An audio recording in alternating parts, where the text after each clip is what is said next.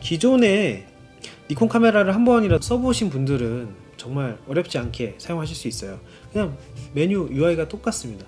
정말 똑같고 그냥 쓰시던 대로 쓰면 됩니다. 마치 뭐 아이폰 7이 나왔다가 8이 나와도 기변을 하더라도 큰 속도 말고는 큰 차이점 못 느끼잖아요. 디스플레이 버튼은 이 지금 화면 뜨는 거, 내가 보고 있는 화면에 어떤 표시를 할 건지 이제 변경하는 버튼이고요.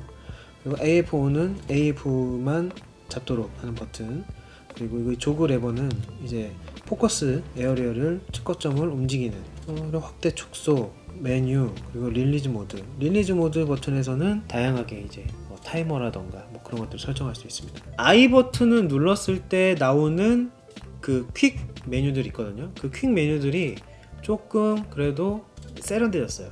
네, 그 세련되졌다는 게 무슨 말이냐면 직관적인 것도 직관적이고 여기에서 조작을 하는 데 있어서 한 단계 발전했다. 이 I 버튼을 눌러가지고 지금 동영상 모드로 했고요. 여러 가지 메뉴들이 뜬단 말이에요. 기본적으로. 근데 이 메뉴들도 커스터마이징을 각각 사진, 영상으로 나눠가지고 내가 원하는 그 기능들을 넣을 수 있어요. 네, 기능들을 넣어서 아무래도 내가 자주 사용하는 그 기능들을 넣으면 좋잖아요. 아까 말씀드린 대로 그 I 버튼에 해당하는 것들을 내가 직접 원하는 그런 기능으로 넣으시려면 그 사용자 설정 메뉴에 가셔가지고 I 메뉴 사용자 설정 메뉴가 있어요. 내가 원하는 메뉴를 바꿔서 블루투스도 넣을 수 있고요, 모니터 밝기도 넣을 수 있고 뭐 이런 식으로 다양하게 넣을 수가 있다는 게 굉장히 큰 장점입니다. 동영상도 마찬가지고요. 동영상도 사진 메뉴랑 동영상 메뉴랑 기본 세팅은 다른데 그 안에서 좀 바꿀 수 있어요. 펑션 버튼 같은 경우도 저 같은 경우는 펑션 1을 그 화각 변경하는 거 있죠. FX 포맷, DX 포맷, 그리고 뭐 다양한 또 크롭 모드. 펑션 2는 AF 모드 변경하는 걸로 지금 변경을 해놨습니다.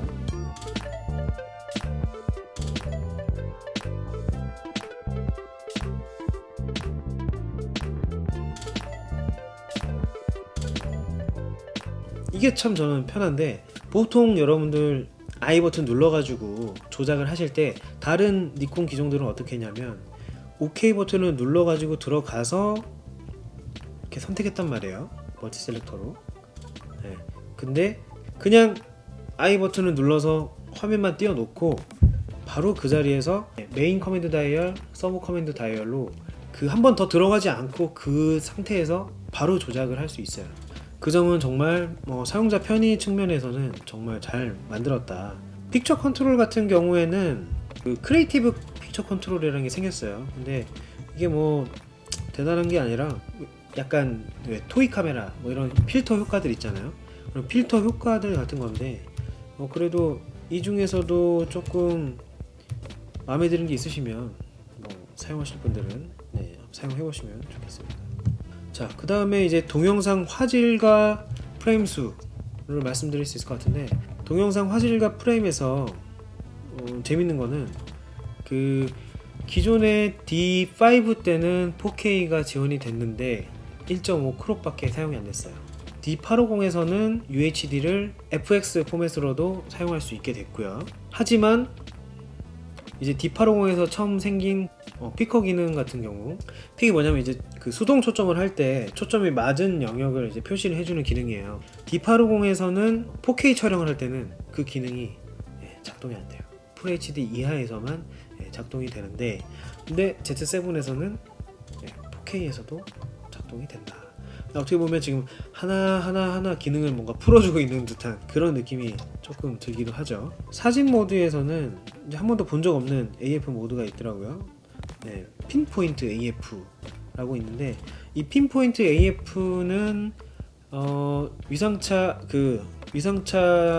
초점을 쓰지 않고 컨트라스트 검출로만 이제 초점을 잡는 모드라고 제가 확인을 했는데, 핀포인트 AF를 사용하시면 정말 작은 범위의 그 초점 에리어가 생겨요.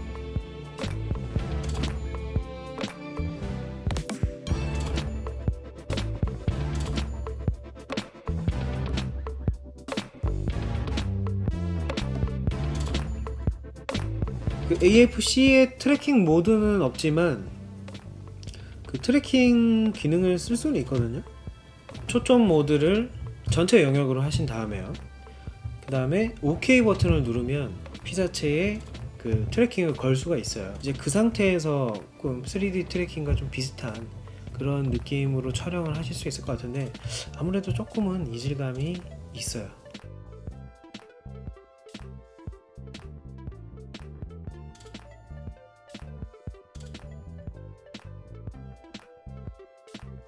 손떨림 보정 같은 경우는 일단 기존의 바디에서 그 센서 시프트 방식으로 잡아주는 그냥 손떨림 보정이 있고요. 그리고 동영상 모드에서만 그 전자식 손떨림 보정 기능을 더 추가로 쓸 수 있어요. 그러면 이 우측 보정이랑 그리고 전자식 손떨림 보정까지 합해지면 핸드헬드로 찍어도 마치 삼각대를 놓고 촬영하는 것 같은 그런 느낌을 줄 정도로 안정적으로 찍을 수 있더라고요.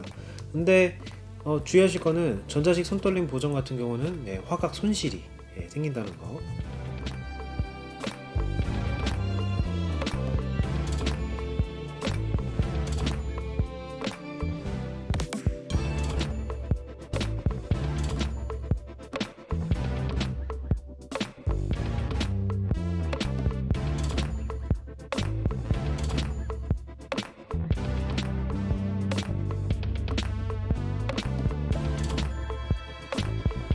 별도로 그 HDMI 옵션에 들어가시면 설정 메뉴에서 HDMI로 가시면 N로그로 빼는 옵션이 있는데 이 왜 굳이 이제 외장으로만 기능을 빼놨을까 하는 그런 생각이 좀 들죠. 당연히 타사는 그 안에서 다 해결할 수 있게끔 해놨는데 물론 이 부분도 나중에는 결국에는 안에 들어올 것 같은데 그쵸?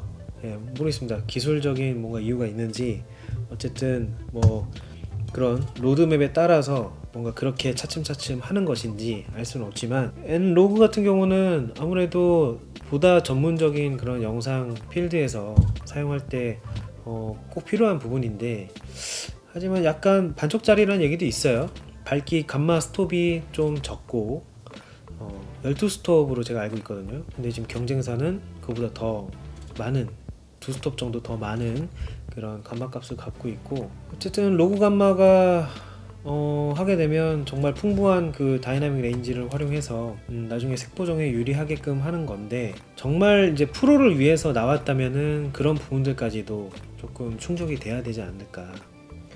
PC 연결이라는 기능이 있는데 이 PC 연결은 어떤 기능이냐면요 굉장히 편리해요. 니콘 홈페이지에 가시면 와이어리스 트랜스미터 유틸리티라는 소프트웨어가 있어요. 그 소프트웨어를 설치를 하시고 이 Z7을 바로 직접 다이렉트로 연결하시면 자동으로 내 카메라에 있는 메모리 카드에 있는 찍은 화상들이 내가 지정한 장소로 이렇게 연결이 됩니다. 요거는 알고 계시면 정말 좋으니까 노트북이나 제가 쓰고 있는 이 아이맥 같은 경우도 바로바로 화상을 옮길 수 있으니까요.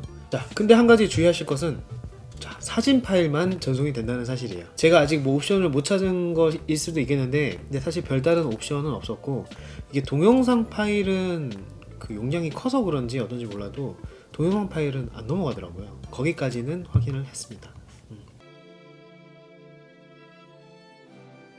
니콘 Z 마운트에 F 마운트 렌즈들을 장착할 수 있게 하는 어댑터 역할을 하는 거죠.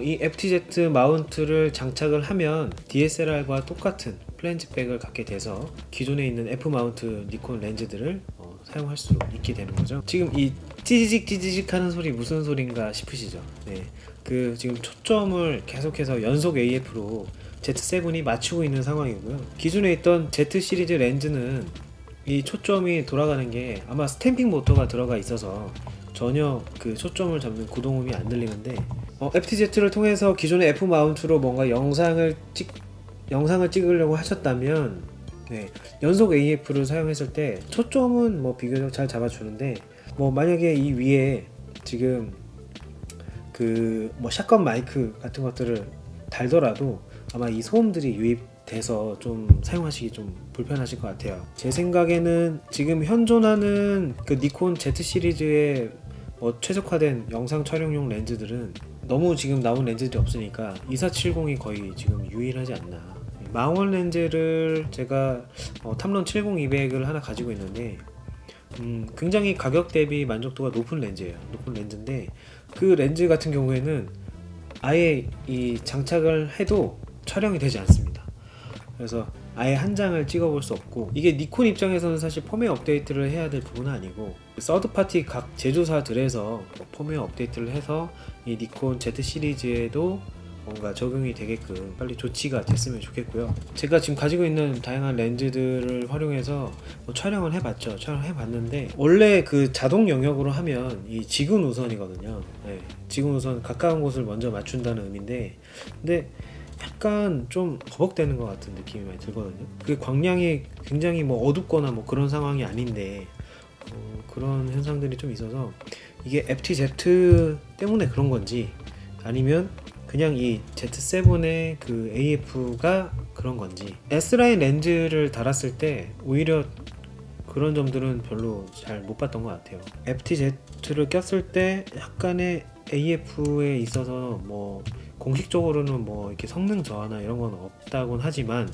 약간 제가 사용자 경험에 의하면은 약간은 조금 이상한데? 약간 이런 느낌이 좀 들긴 해요. 근데 제가 3주간 써보면서 AF 테스트를 실사용을 하면서도 좀 테스트를 해봤는데, 일단 진짜 동영상 촬영할 때 있어서 그 AF 성능은 뭐 정말 뭐 감동적인 수준이고요. 사진 같은 경우에도 그냥 제가 일상에서 뭐 이런 다양한 뭐 스냅을 찍거나 촬영을 할 때 있어서는 뭐 전혀 불편함을 느낄 수 없는 속도였어요. 다만 한 가지, 그 촬영 후에 화상을 확인하는 옵션을 선택한 다음에 그러면 이렇게 모니터로 촬영할 때만 뜨게 할지 아니면 둘 다 촬영한 화상이 뜨게 할지 결정할 수 있는데요. 찍은 사진을 리뷰할 때 좀 시간이 좀 걸리더라고요. 이 촬영 후 화상 확인을 끄시면 아무런 셔터렉 없이 바로바로 찍을 수 있거든요.